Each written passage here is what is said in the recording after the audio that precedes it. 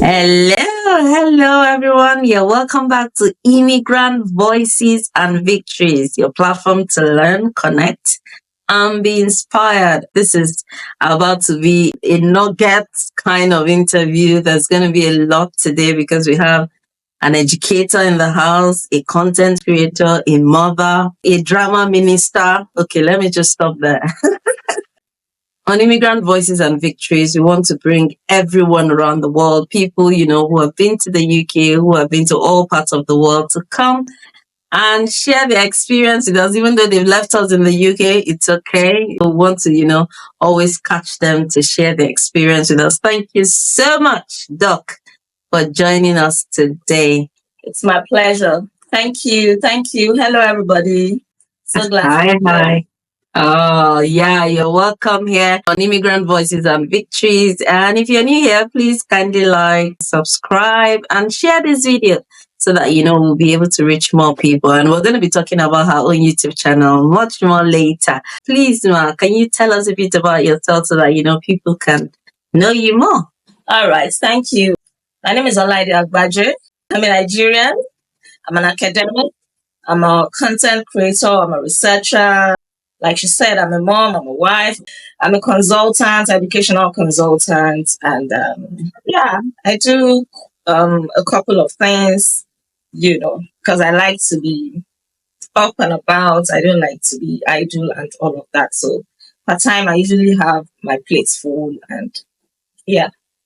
So tell us about when you came to the UK. What actually brought you to the UK at one point in your life? Okay, I came to the UK as a dependent. My husband was a PhD student at the University of Nottingham at the time, and I had to come here in to support him so that we could be together. That was what brought me to the UK. So I came on his own visa. Wow. What were the, first set of challenges you faced as a dependent? Because I know sometimes for dependents, it's not always easy, because you are kind of having to focus on, let's say, the other side of the family while, your spouse is either working or studying. So tell us, what were those first set of challenges you faced? Did I really face challenges? Or maybe I faced and they were not big enough for me to remember. So it means that I did not face any major challenge. And one good thing, was that by the time I came, there were no children yet. So I had the freedom to move about, to work, to do all that I wanted to do. So for me, I really didn't face any major challenge. Got so good. Like a week thereabouts after I entered, I got something doing in terms of a job, and after that, I got another one. So I think that it was a good time for me. And like I said, children were not in the picture yet. So it was really, really easy for me navigating the system, moving about, working, being there for my husband and all of that. And when the children, okay, we only had one child in the UK, and when she came, it was a different ballgame. Maybe we'll get to that in the course of it. Mm-hmm. Wow. So tell us, what was the job market for you like when you came? Did you have the skill set that was needed as at that time, or you had to do some menial jobs before you could actually get what you wanted?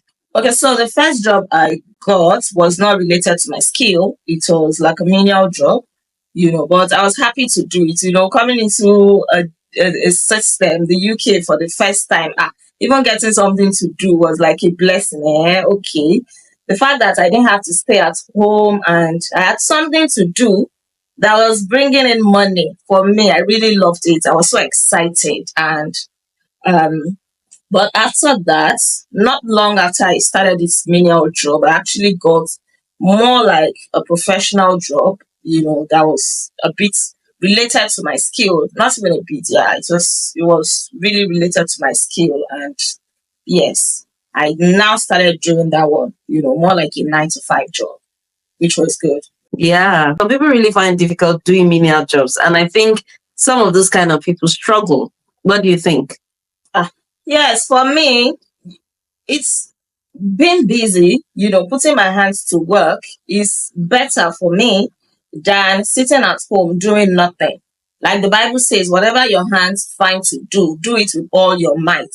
I believe that it is more dignifying to work, no matter what the job is. If you can pay your bills, if you can put food on your table, it is better than borrowing, it is better than begging, because staying at home, okay, what else are you going to be doing? You cannot keep complaining that you don't have money when it is not as if there are no jobs to do. You are the one that is just being selective. Besides, a country like the UK is not like Nigeria. A country like the UK is a leveler. Nobody's looking at anybody. Even at that menial job that I was doing, there were people who had PhDs who were even more learned than I was, and they were doing it joyfully. Some even had other jobs that they were also doing, but they saw this as a backup, an extra source of income. So there is no shame or anything in it, except you have money coming from you from somewhere. And I'll be paying your bills, then you by all means you can be selective. But for me, the excitement of even going somewhere to work, because what was I going to be doing at home once my husband was at school? Like I said during my introduction, I don't like to be idle. As long as it is a legit job, I'm ready to do it. Yeah. Wow, awesome. Awesome. I guess, the UK is a leveler, like you said. You'll be humble when you come here. All right. So tell us, when baby came in, how did that change for you? Because I know there are some people watching now who might have come into the UK to support their husband like you did back then. So when you had a baby, what changed for you?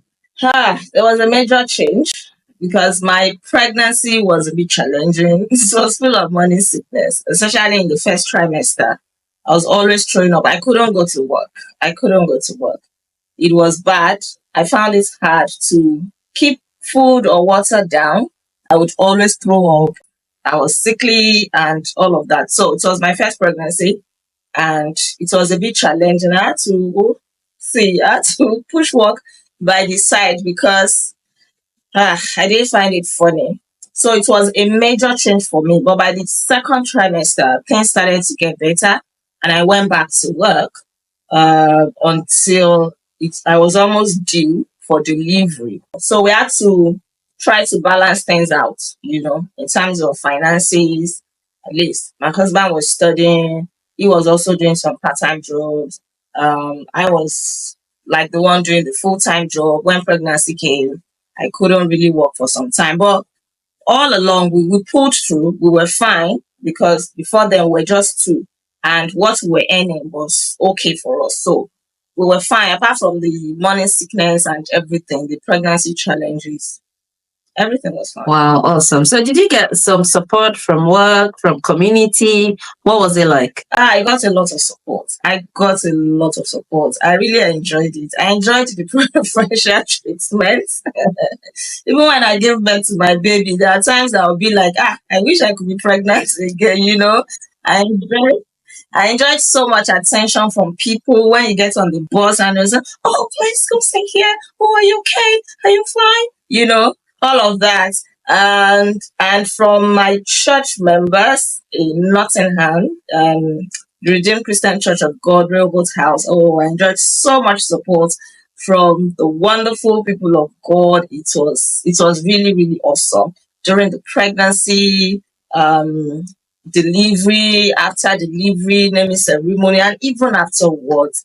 They were all there. It was a big support system. I also enjoyed support from the UK government. I got maternity benefits, which was good. The other time I mentioned finances when I couldn't work. So that also came in handy. And, I think I enjoyed a lot of support in the UK. And I cannot forget all of that in a hurry. Wow, awesome. Come back soon, please. So after your husband completed his PhD, you went back home. What inspired your decision to leave the UK as a family? All right. I knew before time that we were going to leave because he made it clear that after his PhD, he wouldn't stay back. So everybody was clear on that. And besides, I was also doing my PhD in South Africa at the time. And being in the UK did not really allow me to be present in South Africa. There was a time I had to travel from the UK to South Africa to defend my proposal, to do some things, see my supervisor, and all of that. So I was also looking forward to when he would finish his PhD so that I could go to South Africa to finish mine. So it was clear that when it was done, we were going to leave and we were already working towards that. So it wasn't something new or something that caught us unawares. So tell us, how did you balance that? We're talking about, you doing your PhD in South Africa, you were in the UK, you had a baby, and, your PhD was still going on, like you were progressing. How was it Yeah. like? Well, you will always find time for the things that matter to you. It's all about prioritizing, managing your time properly, and allotting time to each one. While I was in the UK, I was working on my research, my PhD research. I was working on it. When I had the energy, once I'm back from work, I made sure that I devoted time to my research so that it wouldn't suffer. I also made sure that I had time for my family. I also made sure that I had time for other things. So you should always find time for the things that are important to you. Prioritize, manage your time properly so that one thing does not suffer for another. And that was exactly what I did. And God really helped me. Everything worked out fine. I was able to juggle many things. I think I'm just naturally gifted at juggling, many things at the same time. Maybe that's why. What a superwoman you are. I know a lot of women or some women struggle when they come to the UK as dependents. You were doing a PhD. Some people might not, have the opportunity to be doing their PhD, but, they have to work, they have to do other things to support their family. So what is one word you have for a dependent out there, that has just moved to the UK and it's just like, oh, no, no, no, no. What on earth is this?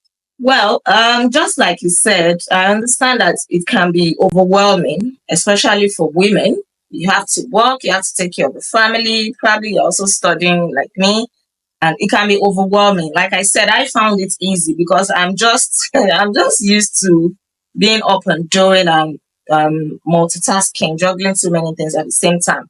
But some may not really have that ability. So what I'm going to say is know yourself, know what you're capable of doing, and then do it. You don't have to do too many things at the same time like me, because your mental health is also very important. As much as we all want to be successful in our career, we want to be successful in our family, in our marriages, and all of that. You also want to enjoy yourself along the line. One other thing that helped me was that I enjoyed support from church members, from my colleagues, from the UK government, and I'm also somebody that I love to make friends. I made a lot of friends, and even in my spare time when I'm not working or studying, I'm going shopping. Even if it is window shopping, I'm going shopping. So I found the time to enjoy myself. And that is one thing about life. Find the time to enjoy yourself. You're just getting into a new system. Don't be too hard on yourself. There is always the phase of transition. So take it one step at a time and don't be uptight, loosen up, meet people, walk up to people.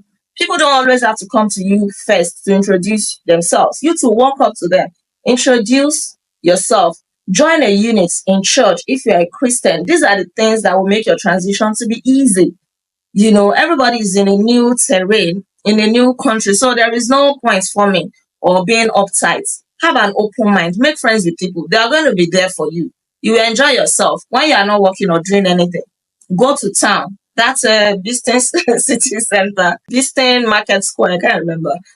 And Nottingham City Center. I'm sure those two places must be missing me because I had the time to also enjoy myself as much as I was working and studying. So loosen up, meet people, make friends, so that when you are free, you can hang out. I had time to hang out with people, and that really helped me. So make sure you're not depressed, losing up, make friends, as the main applicant is facing their business, whether, work or study, you as the dependent, as you're supporting them, also find time to enjoy your life. Wow, I love it, love it, love it. So now that you're back home, how do you think, some of the experiences you have in the UK have had impact on your, students both in South Africa and in Nigeria? I've not had to lecture in Nigeria, just in South Africa, and it has really shaped it because any experience that you have cannot be relegated to the background. It has broadened my horizon. It has really enriched my capacity as an academic. There is no how I'm talking to my students that I will not make reference to some of the things that I've learned over time, whether in Nigeria, South Africa, or in the UK. So at the end of the day, it just makes your entire experience to be robust. You have a wider perspective and you can impact knowledge better based on that. So tell us, what are you most proud of when you were in the UK as an immigrant? And you're an immigrant everywhere else, sis. You're an immigrant in South Africa. You were an immigrant in the UK. Tell us, what are you most proud of, in your career and, everything? What are you most proud of? The number one thing for me is networking. I've met a lot of people during my sojourn in the UK, in South Africa, wonderful people that I still keep in touch with. So that I will not take for granted. The relationships, the networking. In fact, recently, very soon, like in a week's time, I'm going to be attending a major conference, and I got invited to that conference to be a panelist through one of the people that I've met over time, who just remembered me to say, "Oh, Dr. Olaide will be good for this." And they reached out to me, to sponsor everything. That is just one of them. So networking, I don't take it for granted. The other thing is the exposure. The exposure. You cannot even buy that with money. To me, it is not luxury. If you have the money to travel, to get exposed, I encourage everybody to do it because it will change your perspective. It will help you to see the world and people from a different light. It is always enriching. And these are the things that I'm grateful for. Of course, there are so many other things, but let me just keep it at this. Is there anything you think you would change in your journey? Is there something you wish you would have done better? Or is there something you wish, something, some kind of, maybe not regrets, but is there anything in your career you wish you'd have done better, or your journey as an immigrant in, the different countries you've been to? Nothing, to be honest. Nothing. I love it. Nothing. It's okay. You're just enjoying your life, and you're maximizing the moment, and I love it. Yeah. This interview has been going so well. We are on Immigrant Voices and Victories, with Dr. Olaide Agbaje. Tell us about your YouTube channel. We can't finish this interview without us, knowing more about you as a content creator. She's got a YouTube channel. I'm going to put it in the description section. So tell us, what do you do on YouTube? Thank you. On my YouTube channel, I inspire, I motivate, I educate, and it is all about intentional living. I believe that in life, we should live intentionally because all of our actions, whether good or bad, have consequences, right? So I believe so much that we should live our lives intentionally. We should put thoughts into whatever we do. So that is pretty much what my YouTube channel is about. I share stories, biographies, and topics, relatable topics that will help us to live intentionally, that will inspire us, motivate us, and that you may also find educative. Wow, awesome. Living intentionally. Thank you so much. It's been a wonderful interview. And this is one question we always ask our guests. What is your advice for immigrants in the UK, immigrants in South Africa, immigrants anywhere in the world? What is your advice to them? All right. I think I've mentioned it previously. Have an open mind, maximize the moment, enjoy yourself, be good, don't flout the laws of the country where you're in, and don't forget where you're coming from. Don't forget your country in any way that you can also give back to the society where you came from. Please, as much as possible, do it. As many people as possible, especially the young ones that you can also reach out to make sure that you pull them out from wherever they are to greater heights. Please do it as well. It is an opportunity to be outside the country doing wonderful things. So don't forget where you're coming from. Don't Be selfless in your approach, no matter what, no matter how little, even if it is to be sending money back home for a good cause, for educational purpose or feeding or anything.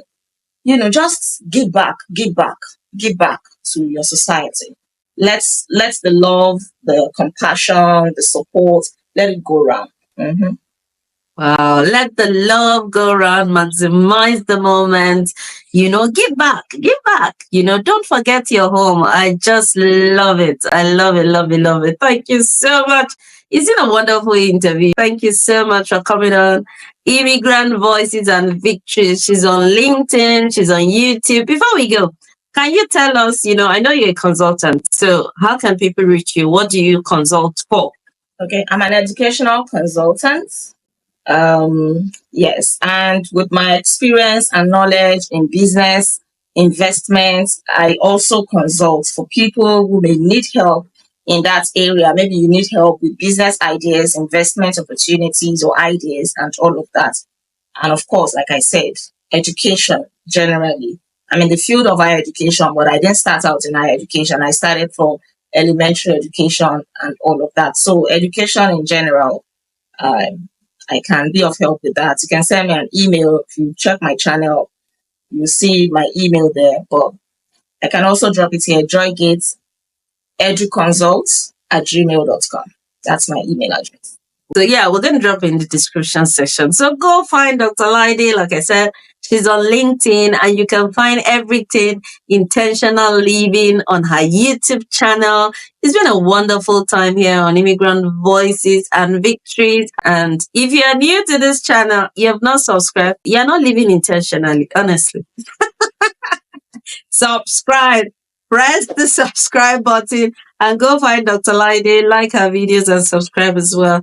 And thank you so much, Ma. We're so grateful. Like, subscribe, share, and we'll see you on the next episode of Immigrant Voices and Victories. God bless you.